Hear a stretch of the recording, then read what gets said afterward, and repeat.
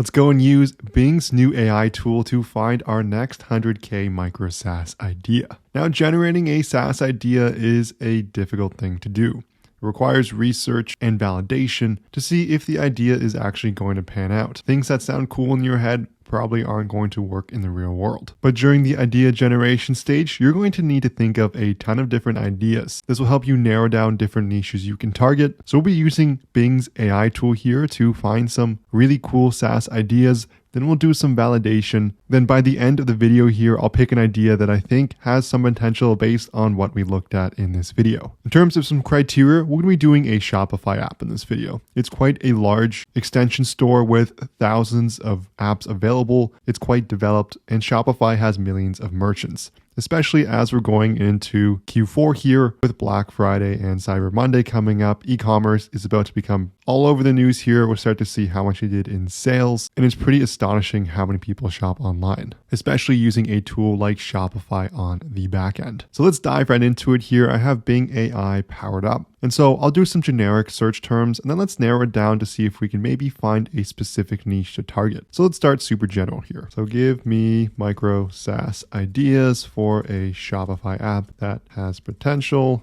and not a crowded niche. So let's see what Bing AI says to this first query here. And then we'll start to narrow this down. For each of these ideas as well, we'll take them, we'll note them down, we'll go search the App Store for existing competition, and then we'll do some keyword validation to see if there is potential here. I'll also maybe take a look at Google Trends depending on the app here. So we got 4 ideas right away. The first one is going to be a product customization app targeted towards businesses that sell personalized products such as t-shirts, mugs, and phone cases. However, personally, I can't really think of the last time I bought something personalized. I'm not sure how big this market is here, so let's move on to the next one. It's going to be a product recommendation app. So it's a Shopify app that uses machine learning algorithms to recommend products to customers based on their browsing history and purchase behavior. This one I actually kind of like here.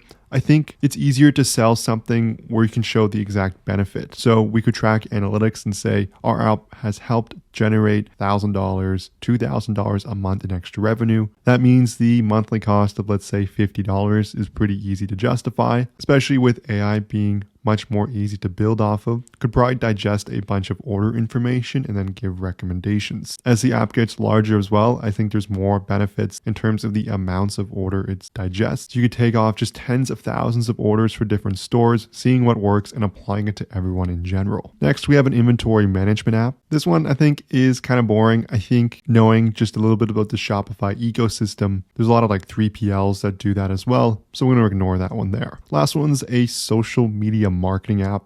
Again, I think that's kind of generic there. And there are plenty of tools that do social media marketing that aren't e-commerce specific. So let's take the first one here. I'll note this down in a document. We'll just write down product recommendation app. So going over this, let's try to generate some ideas that are easy to justify. So let's go Shopify app micro SaaS ideas that can help merchants generate more sales. So let's see what it says here. All right, we have 4 new ideas now. The first one's a upsell and cross-sell app. We have an abandoned cart recovery app, a product review app, and a loyalty program app. They sound like pretty common ideas, as I'm assuming the first 2 are probably a pretty crowded space, but I do like the idea of a loyalty program app, as ads become so much more expensive, especially during Q4. So being able to bring back existing customers is a great way to increase your profitability. So let's copy this idea down as our second one. So because we're getting pretty general ideas here, let's go and get some app categories, and then we'll find some further ideas from there. Let's go to browse apps. And if we take a look at the overall categories, we can see finding products, orders and shipping, marketing and conversion. And let's try this one here, as we'll just stick with that same theme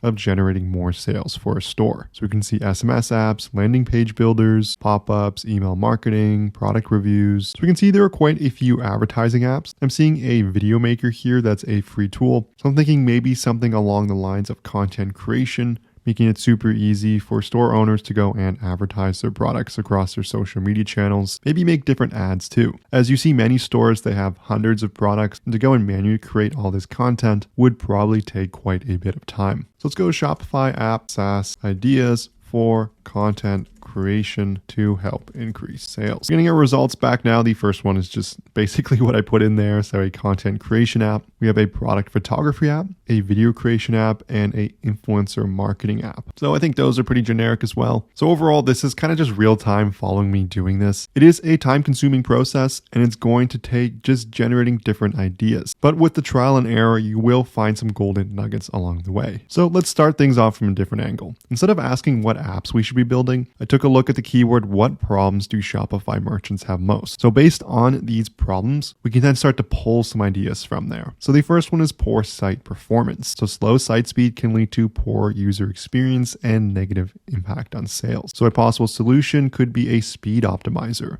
Maybe it's taking a look at a bunch of different things to optimize a store. There's inventory management. There's also abandoned cart recovery. So maybe we can take a different take on that. Maybe it's abandoned cart recovery for every social media channel all in one. Maybe we're using AI to write really engaging responsive content to get the user to come back. We can also do product customization, which we did look at before, so I'm going to ignore that one. And we did have product recommendations down. So let's take abandoned cart recovery and poor site performance. So to not make this video too long here, we'll take these 4 ideas and look for our 100k SaaS idea. So let's first take a look at the product recommendation category and let's head to the Shopify App Store and we'll just go and search for this here. So we can see there are a few apps already in this category, which is not surprising. So I can see 3 apps on top. So we have a product recommendation app for personalized product recommendations. We have a quiz app and we have a cross-related sell products. So I'm not seeing here is anything saying maybe AI related. That's a trendy topic. It might help you rank for certain keywords, make promotion maybe a little bit easier, but it looks like this also blurs the line between upsells and cross-sells. So maybe you're combining a few apps here. Maybe we're taking a look at personalized product recommendations,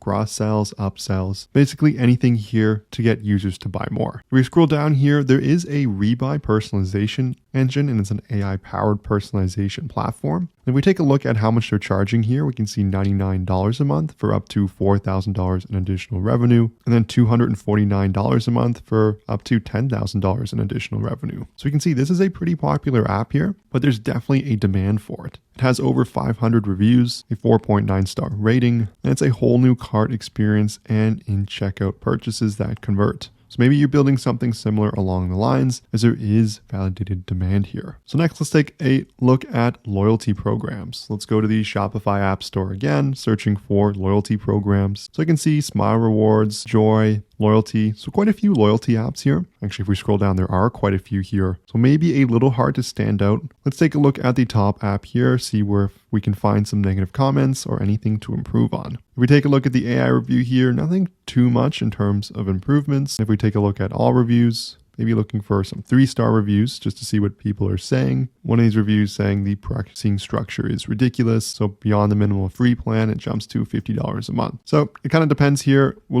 would look at this app, maybe take a look at a few of the other ones here. It does look a little competitive, so there really would be something that stands out. Although on the alternative side here, if we take a look at the number of reviews for all of these, we can see there are hundreds, if not thousands of reviews for each of these apps. So that just gives me the idea here that there probably is maybe more room as there are a ton of different apps. It's spread out. There is mostly one dominant player here, it's Smile, but there is complaints on the pricing. And loyalty programs are something just about every e-commerce store can use, so it gives you an extremely broad market here. So let's take a look at a third one, abandoned cart recovery. You can see this one is the top reviewed with over 1,000 reviews here. We have 4.8 stars, 16 reviews, 120 run reviews. So again, quite a few options here. It doesn't necessarily mean that it's too crowded. Maybe we can come in with some new features or a better pricing plan. But if we take a look at the top one here, let's take a look at some of the reviews. Everything looks pretty positive here. If we take a look at some of the 3-star reviews, so not really too much here. Most people said they're just getting started. So right off the bat, it does look pretty crowded with maybe not a lot of room for improvement, but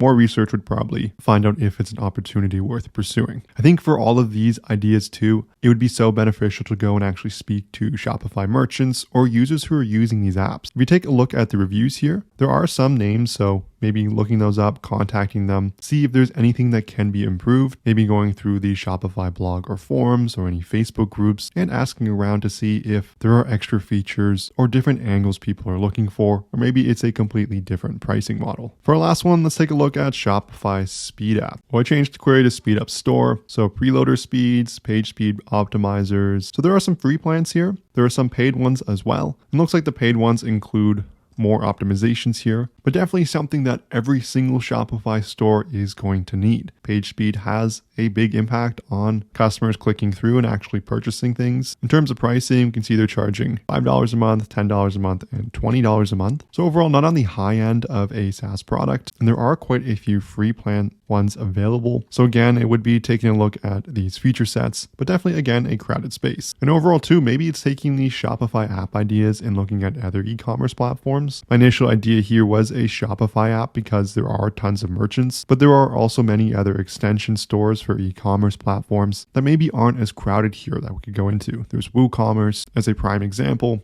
that is pretty big, but nowhere near as big, I believe, as Shopify. In terms of keyword research here, just by looking at the Shopify App Store, there's quite a bit of apps that exist out there. So I would say that's pretty validated demand in terms of people already searching for it. So I have done keyword research in other videos, but in this one, I think I'm going to skip this process here, as I just don't really think it's necessary, given the amount of apps that already exist on the stores and the amount of reviews that are already there. So we'll just skip that one for now. If you've gotten this far in the video, I'm sure you want to build your own micro SaaS. There's a link in the description below where you can steal these sneaky micro SaaS ideas for free. All you need to do is enter in your email. I also have a course on how to build your own micro SaaS. There's also a link for this in the description below. So based on the 4 ideas we looked at in this video, I think the product recommendation app has the biggest opportunity here, so I would pick this one as the 100k Bing AI SaaS idea. Just because if we take a look at these other categories here, they're quite crowded, which isn't necessarily a bad thing here, but I think there is more room to create different feature optimizations for product recommendations. And we looked at one of the larger players here, and they're charging $100 to $300 a month. So maybe we can undercut them with pricing and provide similar features. So this concludes the video here. I hope you enjoyed it. Smash that like and subscribe button below if you like this at all. If you have any questions or comments on these videos, you want to see any other types of videos, leave it below. But thank you so much for watching, and I'll see you in the next one.